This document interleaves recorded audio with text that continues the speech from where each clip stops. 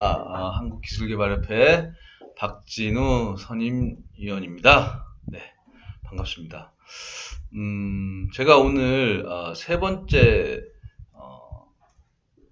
전략으로 이제 진행을 하는데, 세 번째, 벌써 이제 첫 번째 정리편, 두 번째 정리편, 세 번째 정리편인데, 세 번째 정리편이 11번째 전략부터 들어갑니다. 11번째 전략.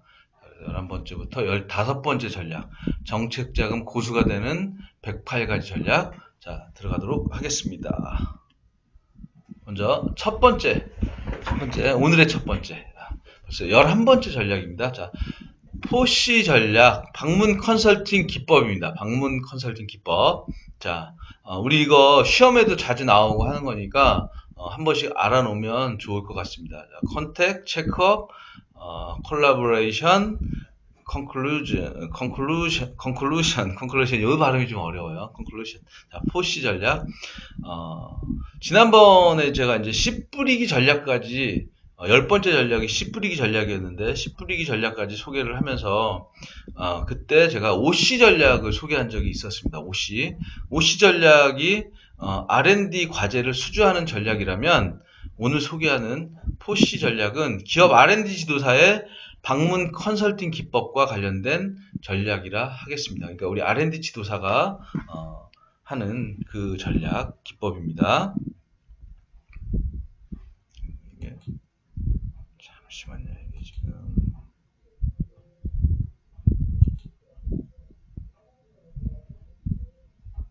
잠시만요.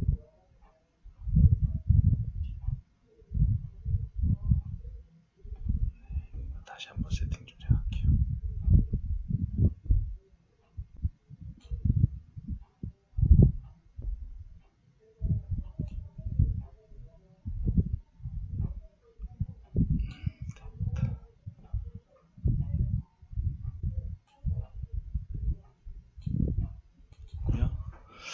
자, 그래서 포시 전략 방문 컨설팅 기법입니다.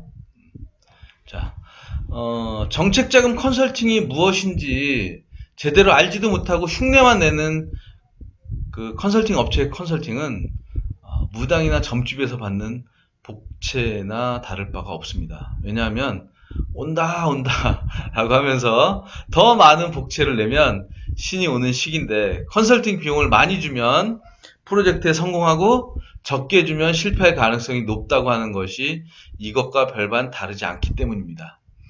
방법과 전략을 알고 있으면 되는 것은 되는 것이고 안 되는 것은 왜 안 되는지 이미 눈에 뻔히 보임에도 불구하고 더 많은 컨설팅 비용을 요구하는 소위 불법 브로커들은 실상 그들이 프로젝트 성공에 필요한 방법과 노하우를 모르고 있다고 하는 반증이라 하겠습니다. 자, 우리 협회에서는 모든 컨설팅이 일정한 포맷과 매뉴얼에 따라 과학적으로 정형화되어 있는데, 포시 전략 또한 이러한 정형화된 기법 중 하나로 기업체를 방문하여 어떻게 맞춤 컨설팅을 성공적으로 진행하느냐에 대한 매뉴얼이라 하겠습니다. 자, 포시의 첫 번째 C는 체크업으로 신청한 기업에 대한 정보를 전후방으로 철저히 조사하고 신청서를 통해 확인할 수 없는 정보는 방문 전에 미리 요청하여 받아보고 분석하는 단계라 하겠습니다. 자, 두 번째 C는 컨택으로 기업이 편한 시간, 기업이 원하는 시간이 아니라 전문위원이 협회로부터 배정받은 두세 개의 시간대를 기업에 통보해주고 어느 시간대에 기업의 대표가 방문 컨설팅에 참여할 수 있는지를 정하는 단계라 하겠습니다. 즉, 전문위원이 멘토라고 한다면 기업이 멘티이고, 더 구체적으로는 기업의 대표가 멘티가 되는 포지션이 바람직한 컨설팅의 구조라 하겠습니다. 카메라 각도가 네, 좀 됐네.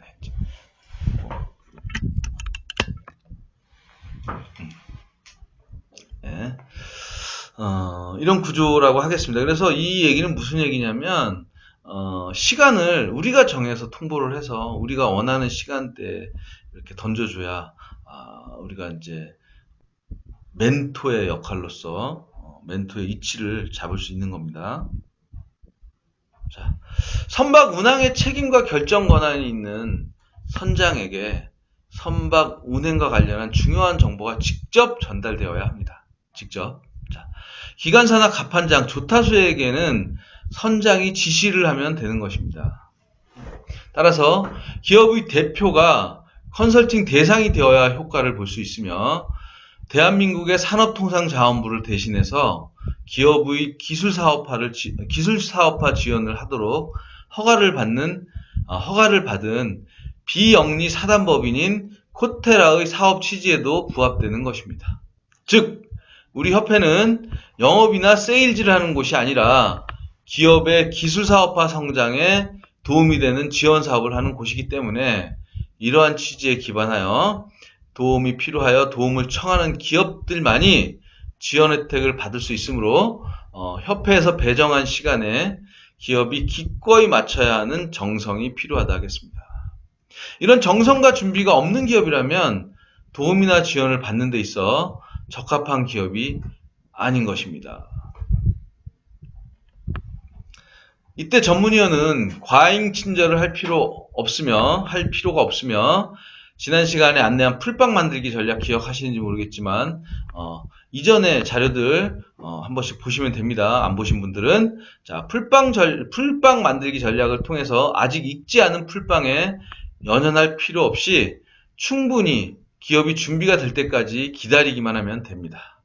이렇게 포시의 2단계인 컨택이 진행되었다면 3단계인 컨클루션 단계가 진행되는데 이것은 체크업을 통해 진단 분석된 결과를 직접 전문위원을 통해 판단받고 결정받는 단계를 하겠습니다. 기업 부설연구소 인정이 되는지 안 되는지, 벤처기업 확인이 되는지 안 되는지, 이노비즈 인증이 되는지 안 되는지, 기업의 금융지원이 되는지 안 되는지를 그 자리에서 그 가능성을 진단받고 안 된다면 왜 안 되며 안 되기 때문에 어떤 것을 준비해야 하는지 된다면 이러이러한 요인으로 가능성이 있으며 이후 발전 단계를 추가로 코칭받게 됩니다.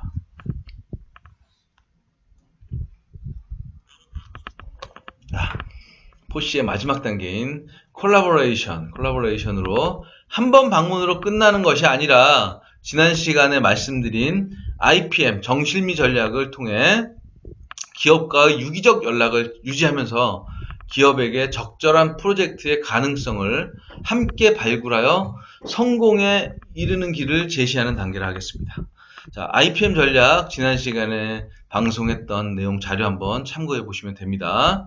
자, 발굴해서 성공에 이르는 길을 제시하는 단계를 하겠습니다. 이렇게 정형화된 포시 전략을 통해 도움을 받고자 하는 기업이 코테라를 한번 만나게 되면 108가지의 기회와 108가지의 길이 언젠가는 눈앞에 펼쳐지게 되는 것입니다. 자, 포시 전략 방문 컨설팅 기법입니다. 자, 12번째 전략 3C 전략입니다. 3C 전략. 3C 전략 체크업 1, 2, 3 컨포미티 컴피티티브 이렇게 세 가지 3C 전략입니다. R&D 과제 신청과 선정에 필요한 OC 전략과 방문 컨설팅에 필요한 4C 전략을 배웠고요. 5C, 4C. 이번 시간에는 R&D 과제를 수행할 만한 기업인지 아닌지 여부를 필터링하는 3C 전략에 대해서 알아보도록 하겠습니다. 자, 3C 전략. 3C 전략의 첫 번째는 체크업 1, 2, 3로 R&D 과제 신청에 필요한 기본적인 몸짱 만들기가 얼마나 되어 있느냐를 점검하는 단계입니다. 즉 1단계인 등록 특허 또는 출원 특허를 확보하고 있는지를 점검하고 2단계인 기업부설 연구소 내지는 연구전담부서 보유 여부와 3단계인 벤처기업 확인 여부를 체크하는 단계입니다.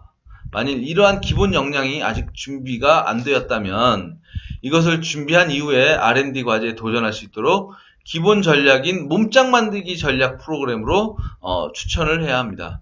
자, 3C 전략의 두 번째 컨퍼미티로 두 번째는 자, 멘토와 멘티의 관계 정립을 분명히 인식하고 있는지, 멘토의 지침을 의심 없이 다 받아들이고 이에 순응할 수 있는지, 이러한 마음가짐과 태도에 문제가 없는지를 점검하는 단계입니다. 자,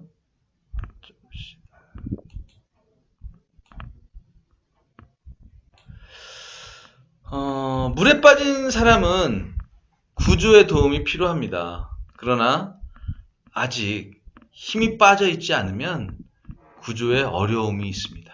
왜냐하면 구조한 사람을 몸을 붙잡고 구조를 어렵게 할 수 있기 때문입니다. 즉, 물에 빠진 사람의 힘이 빠져야 구조하는 사람의 힘이 목적이 제대로 실행될 수가 있는 것입니다. 술에 취해 대리기사에게 차키를 주고 운전을 맡긴 사람은 목적지만 알려주면 되지, 여기서 좌회전해라, 여기서 다시 유턴하라, 방금 우회전을 안 했으니 다음 사거리에서 우회전하라 등등 잔소리를 하며 대리기사가 운전하는 내내 뒷자리에 앉아 간섭한다면 이것 또한 일을 더욱 피곤하고 힘들게 할 뿐입니다. 따라서 R&D 과제의 신청과 선정을 위해 평가 단계에 있어서 혼자만의 생각과 고집으로 일을 그르칠 수 있기 때문에 전문가 그룹인 멘토의 지침을 의심 없이 믿고 따를 수 있는 자세와 상태인지를 확인하고 점검하는 단계입니다. 자, 3C 전략 세 번째 단계는 컴피티티브로 경쟁 우위의 요소가 있는지를 점검하는 단계입니다. 남들도 다 하고 있는, 그리고 다른 기업도 다 하고 있는, 그렇게 쉽게 따라 만들 수 있는 기술이나 제품이라면 차별성이 없기 때문에 국민의 혈세로 조성된 정부 출연금을 투자받는다는 것은 욕심에 지나지 않습니다. 따라서 아직 남들이 해보지 못했고 기존 기술이나 제품에 비해 그 기능과 성능이 월등히 진보되고 향상된 차별화 요소가 있어야 하고, 그 차별화가 돋보이도록 기술개발 사업 신청서 작성을 위한 밑그림이 준비되어 있어야 합니다. 자, 만일 2단계에서 의지만 있고 차별화된 아이디어가 없다면 우리 협회에서는 전문위원단을 통해서 그 차별화된 아이디어를 도움받을 수 있게 되는데, 이 과정에서 이러한 아이디어를 받아들이고 이에 필요한 인력과 R&D 투자를 진행하겠다고 한다면 동단계를 통과할 수 있지만, 마땅한 경쟁 우위 요소도 없으면서 지금 있는 것으로 무언가를 해달라고 요구한다면 결코 이 마지막 3단계를 통과할 수가 없습니다. 우리 협회에서는 이런 3단계를 모두 통과한 기업들만을 대상으로 컨설팅 지원 협약을 체결하고 있기 때문에 멘티 기업의 과제 성공률이 월등히 높을 수밖에 없는 것입니다. 자, 3C 전략. 자, 다음은 13번째 전략입니다. 13번째 전략, 정보 진화론, 인포메이션 이볼루션 활용 전략으로, 이 정보 진화 이론은 조직 변화에 대한 시스템 이론가인 미국의 러셀 에코프 교수가 만든 것으로, 데이터가 어떻게 정보가 되고 다시 정보가 어떻게 지식으로 다시 신지식, 위스덤으로 진화해 가는지를 잘 설명해 주고 있습니다. 자, 데이터가 어떻게 정보가 되고 정보가 어떻게 지식으로 되고 다시 신지식으로 되는지 진화해 가는 과정을 설명해 주고 있습니다. 자, 이 정보 진화론은 정보 진화론 모델은 R&D 과제를 할 때 어떤 아이템을 개발 과제 아이템으로 할 것인지 결정할 때 상당히 유용할 뿐만 아니라 기업에서 신제품을 구상하는 브레인스토밍 과정에서도 유용하게 사용되고 있습니다. 먼저 여기저기 많이 널려있는 데이터를 활용해서 써먹을 수 있는 정보로 바꾸기 위해서는 정리, 어레인지의 절차가 필요합니다. 즉, 다양한 주제와 제목의 폴더를 만들고 그 폴더 안에 관련된 데이터를 수집하고 정리하는 어렌지의 작업을 통해 데이터가 인포메이션으로 진화를 하게 되는 것입니다. 그리고 이렇게 만들어진 정보는 다른 정보와 정보와 일정한 상관관계를 가지게 되는데, 어떤 정보는 다른 정보의 이유와 원인이 되고 또 어떤 정보는 다른 정보의 결과가 됩니다. 이러한 상관관계를 정보들이 갖게 되는 것을 우리는 이론 또는 논문이라고 부르게 되는데, 이러한 작용을 통해 정보는 지식으로 진화하게 됩니다. 지식은 책이나 발표, 논문 등의 형태로 접할 수 있게 됩니다. 오늘날 한국의 부동산 경기가 왜 침체되어 있는가? 오늘날 미국의 경제가 왜 호황을 누리고 있는가? 라는 질문에 대해 그 원인을 찾아 인풋과 아웃풋의 상관관계를 맺어놓은 것이 바로 지식이라 하겠습니다. 인풋과 아웃 관계를 맺어놓은 게 지식. 그러나 지금까지 말씀드린 이 지식은 나도 알고 있지만 이미 남들도 다 알고 있는 사실입니다. 따라서 이러한 아이템으로 과제 개발의 아이템으로 삼는다든지 이러한 아이템을 신제품으로 선정할 수는 없습니다. 자, 그렇다면 나만의 아이템과 나만이 활용할 수 있는 데이터의 최종 진화의 목적지는 어디일까요? 그것은 바로 위스덤, 지혜의 단계입니다. 우리는 위스덤을 지혜라고 부를 수도 있지만 보다 정확하게는 신지식이라고 부르는 것이 적절하겠습니다. 자, 데이터가 이러한 신지식으로 하루아침에 바로 진화할 수는 없습니다. 신지식, 즉 새로운 지식으로 발전하기 위해서는 반드시 지식의 단계까지 진화가 돼야 하며, 지식 단계에서 한 단계 진화한 것이 바로 신지식이라 하겠습니다. 자, 그러면 어떻게 지식이 신지식으로 진화할 수가 있을까요? 여기는 바로 사고라는 절차가 필요합니다. 사고의 다른 말로는 소화, 다이제스트가 있는데, 남들도 다 알고 있는 지식이 나만이 알고 있는 신지식으로 바뀌기 위해서는 충분한 사고와 충분한 소화가 필요합니다. 이 과정을 통해 기존 지식의 문제가 무엇이며 한계점이 무엇인지를 각성하고 발견해 나가야 합니다. 즉, 기존 제품들의 문제점과 한계점을 충분히 파악하여 이러한 문제점과 한계점을 보완하기 위해 신제품에서는 어떤 기능이 필요한지를 심사숙고하는 단계가 바로 사고의 단계라 하겠습니다. 이러한 사고의 단계를 거쳐 지식이 신지식으로 진화할 수 있고, 신지식 아이템이 곧 기술개발 아이템이 될 수 있고 신제품 아이템이 될 수 있는 것입니다. 이렇게 지식 단계에 머문 수준에서 신지식 단계로 진화하는 수준에 이르게 되면 자연스럽게 스토리텔링이 만들어지게 되는데, 우리가 이번에 개발하고자 하는 기술개발 아이템이 주인공이라면 종전의 제품이 악역에 해당하며, 이 악역이 만들어낸 불편함과 불편한 점을, 위험한 요소들이 바로 갈등에 해당하는 것입니다. 이러한 갈등을 해소할 수 있는 해결책, 솔루션이 곧 주인공이 되는 것이고 바로 신지식이라 할 수 있는 기술개발 아이템인 것입니다. 이러한 방법으로 많은 기업들이 신제품이나 기술개발 아이템을 도출해 낸다면 이전보다 더 큰 효과를 볼 수 있을 것이라 확신합니다.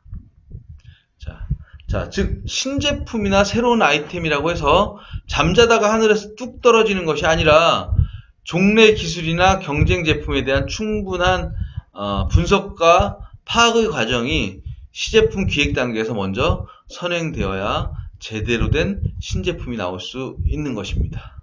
자, 13번째 전략 정보 진화론이었습니다. 다음은 14번째 전략, 짜자잔. 자, 스토리텔링 활용 전략입니다. 자, 스토리텔링. 자, 저 그림 보이시죠? 저 빙하가 올라와 있는 빙하는 저만한데 밑에 있는 빙하가 더 큽니다, 사실. 자, 정부 과제 신청 양식은 전담 기관이나 주간 부처의 공무원이 만든 것이 아닙니다. 과제의 심사를 주로 대학 교수들이 하는 것처럼 R&D 과제 신청서 양식 또한 외부 전문가를 통해서 만들게 되는데, 이러한 R&D 과제 양식을 만드는 사람들이 대학 교수이고, 대학 교수들은 그들이 심사하기에 효율적이고 편리하게 양식을 만들기 때문에 그 R&D 과제 양식이 논문 양식과 거의 흡사합니다. 즉, 논문 심사에 익숙한 교수들이 그들의 편의에 맞도록 R&D 과제 신청서 양식을 만들었기 때문에 논문을 잘 쓰는 방법이 R&D 과제 신청서를 잘 작성하는 방법과 크게 다를 바가 없다 하겠습니다. 논문의 구성은 신문기사와 같이 기결승전의 구성으로 이루어졌는데, 여기서 특이한 것은 우리가 평소 알고 있는 기승전결의 구조가 아니라 기결승전의 형식으로 구성되어 있다는 것입니다. 우리가 알고 있는 기결승전은 소설이나 동화 같은 구조에서 흔히 볼 수 있는데, 기승전결은 흔히 볼 수가 있는데, 이야기의 결말에 해당되는 결이 맨 나중에 위치하지만, 기사나 논문에서는 결이 이유와 배경에 해당하는 기의 뒷부분에 바로 위치하게 됩니다. 따라서 이러한 구조를 이해하고, 기에 들어갈 내용이 결에 들어가서도 안 되고, 결에 들어갈 내용이 승에 들어가지 않도록 각 영역을 명확하게 구분하여 작성하는 것이 논문 잘 쓰는 요령, 즉 R&D 과제 신청서를 잘 쓰는 요령이라 하겠습니다. 기에는 기술 개발이 필요한 이유와 그 배경 또는 그 중요성에 대해서 작성해야 하고, 결에는 기술 개발을 통한 기대 효과를, 승에는 기술 개발 아이템의 특징과 장점을, 전에는 기술 개발의 구체적인 방법을 기술하되, 한 번 더 강조해서 말씀드리자면 절대로 각각의 영역이 충분히 구분되어 있어야 합니다. 영역이 구분되지 못하여 흔히 하는 실수 중에 하나가 기술 개발 아이템의 특징이나 장점을 기술 개발의 이유와 중요성으로 작성하는 경우가 많습니다. 즉, 신제품의 장점과 특징 때문에 기술 개발이 필요하다는 식으로 기를 작성하는 것은 특징과 장점을 기술해야 하는 승의 요소가 기에 들어간 것으로 이는 바람직한 기의 작성법이라 할 수 없습니다. 자, 끝으로 기결승전의 스토리텔링의 형식이라고 한다면, 이것을 작성할 때 이야기의 3요소를 고려하여 작성되도록 해야 하는데, 이 이야기의 3요소가 바로 내용에 해당합니다. 이야기의 3요소는 주인공과 주인공에 대비되는 악역과 주인공과 악역 사이에서 만들어지는 갈등입니다. 자, R&D 과제의 기술 개발 아이템, 즉 신제품이 주인공이라면 대체해야 할 시장의 기존 제품이나 기술이 악역에 해당하며, 갈등은 이러한 악역이 만들어낸 그간의 문제점이나 위험 요소, 그리고 앞으로 예상되는 한계점이라 하겠습니다. 주인공이 돋보이기 위해서는 악역이 악역답게 연기를 잘해야 하고, 그 악역이 만들어내는 갈등 요소가 어렵고 심하면 심할수록 이야기의 극적인 효과가 배가 되는 것입니다. 따라서 R&D 과제 신청서를 작성할 때는 형식적으로 기결승전의 포맷으로 작성하고, 그 내용은 이야기의 3요소, 인물, 사건, 배경에 맞춰 작성한다면 심사위원들로부터 충분히 좋은 점수를 받을 수 있습니다. 바로 이것이 R&D 과제 신청서 작성에 필요한 스토리텔링 전략이라 하겠습니다. 자, 드디어 오늘의 마지막 15번째 전략, 올림픽 정신 전략입니다.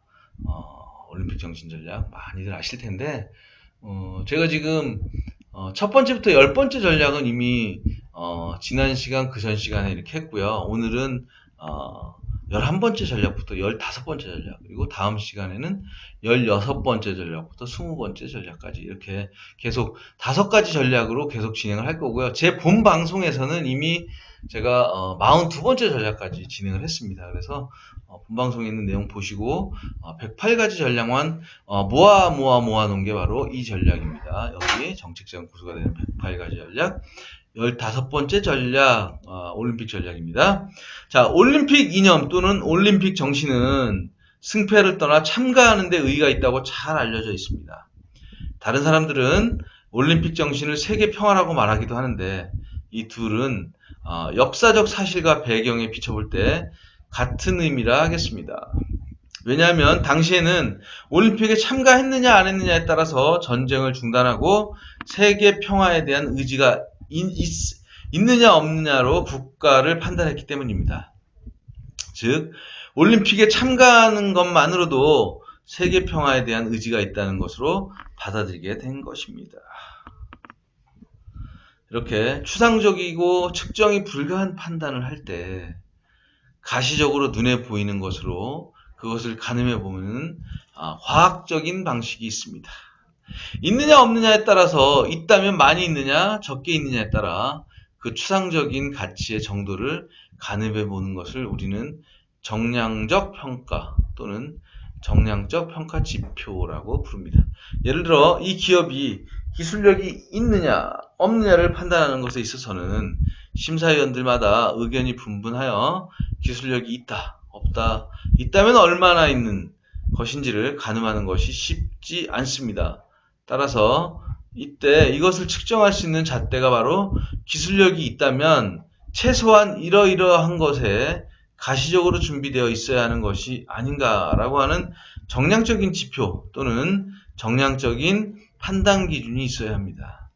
이때 그 지표로 사용되는 것이 바로 특허, 기업 부설 연구소, 논문 발표, 수상 실적 등이라가 하겠습니다. 자, 즉 이러한 가시적인 지표 또는 판단 기준이 있다면 이것을 근거로 우리는 이 기업이 기술력이 있다라고 판단할 수 있고 그 정도에 있어서 특허나 논문 발표가 많으면 많을수록 기업 부설 연구소의 연구 인력이 많으면 많을수록 우리는 기술력이 어느 정도 높다, 낮다를 평가할 수 있는 것입니다. 항상 이러한 정량적 평가 모델이 다 맞는 것은 아니지만 가시적인 판단 기준으로 추상적인 가치의 정도를 가늠해 볼 수 있는 가설은 과학적인 사고방식이라 하겠습니다. 다시 처음으로 돌아가 항상 맞는 것은 아니지만 올림픽에 참가했느냐 안 했느냐에 따라 전쟁을 중단하고 세계 평화에 동참하고자 하는 의지가 있느냐 없느냐의 판단 기준으로 삼았던 쿠베르탱의 이러한 방식이 바로 과학적인 사고방식에서 출발한 것이라 하겠습니다. 자, 기업이 대출을 할 때 또는 정부로부터 투자를 받을 때 이 기업은 과연 기술력을 보유한 기업이 맞느냐 아니냐를 판단하는 기준으로 가장 많이 보는 것이 바로 특허라 하겠습니다. 출원 상태라도 좋으니 출원한 특허가 많이 있으면 있을수록 신제품의 개발이 그에 비례하는 것이고 신제품 개발이 많으면 많을수록 기업의 매출도 그만큼 성장할 수 있는 확률이 높은 것이기 때문에 기업이 보유한 출원 특허의 개수만으로도 기업의 성장과 성공을 어느 정도 가늠해 볼 수 있다 하겠습니다. 즉, 이 기업이 성장하고 성공할 것인가 라고 하는 추상적인 가치의 판단을 눈으로 직접 확인할 수 있는 기업이 보유하고 있는 출원 특허의 개수로 점수를 매길 수가 있는 것인데 이것이 바로 정량적인 평가인 것입니다. 그러나 모든 과학적 사고방식이 항상 옳고 바른 것은 아닙니다. 이러한 정량적 평가의 기준에는 치명적인 오류가 있는데 그것은 있다 없다 몇 개 있느냐에만 치중하다 보니 품질의 완성도에 대해서는 관가하고 있다는 것입니다. 즉 달걀이 30개면 달걀 한 판이 됩니다. 상한 달걀이든 싱싱한 달걀이든 30개만 있으면 달걀 한 판인 것입니다. 그렇다면 기술력이 있는 기업으로 인정받기 위해 역으로 이 정량적 평가 기준을 활용해보면 어떨까요?